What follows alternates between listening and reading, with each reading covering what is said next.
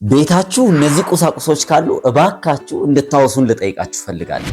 ከፊታችን ባለው የጌታችን ኢየሱስ ክርስቶስ የትንሣኤ በዓል ላይ ልዩ በሆነ መንገድ የወንጌልን ስራ ልንሰራ አቀዳል። ታዲያ ይህ የወንጌል ስራችን በማረሚያ ቤት ውስጥ በመሄድ በዛ ያሉትን ሰዎች ነፃ አገልግሎት በመስጠት ፍቅራችንን ልንገልጽላቸው፣ ሰላምታችሁን ልንሰጣቸው አቀደናል። ታዲያ ወደዛ ይዘን ልንሄድ ያሰብናቸው የመጀመሪያው የሕክምና ቁሳቁሶች መመርመሪያዎች፣ ለምሳሌ እንደ ደም ግፊት መለኪያ፣ እንደ ስኳር መለኪያ፣ እንደዚህ አይነት ነገሮችን ይዘን ሄደን በነፃ ምርመራ ልናደርግላቸው፣ ከምርመራው ግን አጠገብ የክርስቶስ ኢየሱስን የትንሣኤውን የማዳኑን ኃይል ልንነግራቸው አቀደን። እሱ ግን ብቻ አይደለም። ምናልባት ደግሞ ፀጉሮቻቸው ያደጉ ሰዎች ካሉ በነፃ ፀጉራቸውን ልንቆርጥ በባትሪ የሚሰራ ቶንዶሶች ይዘንም ልንሄድ አቀደናል። ከዛ ባለፈ ግን ሶፍትና ሳሙና፣ የንጽህና መስጫ፣ ለሴቶችም እንደዚሁ አይነት የንጽህና መስጫ፣ እንደገና ደግሞ መጽሐፍ የሚነበብ እነዚህን ይዘንላቸው እንሄዳለን። ታዲያ ከነዚህ ውስጥ የትኛው ዕቃ ነው እናንተ ቤት ያለው ለወንጌል ስራ የተዘጋጀ? ቶንዶስ ካላችሁ ወይም የሕክምና መመርመሪያ መሳሪያ፣ የደም ግፊት መመርመሪያ አሊያም የስኳር መመርመሪያ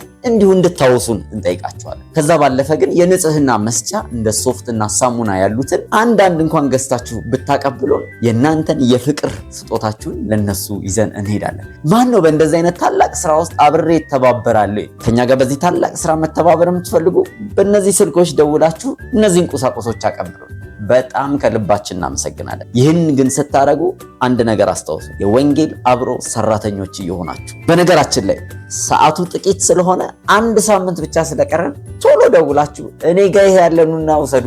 ደግሞ ቶንዶሱና የሕክምና መሳሪያው ውሰት ነው። እሺ፣ መልካም በዓል። የረሳሁት ምናልባት የጤና ባለሙያ ከሆናችሁ ከኛ ጋር አብራችሁ ብትሰሩ በጣም ደስ ይለናል። ቴንኪው። ተባረኩ።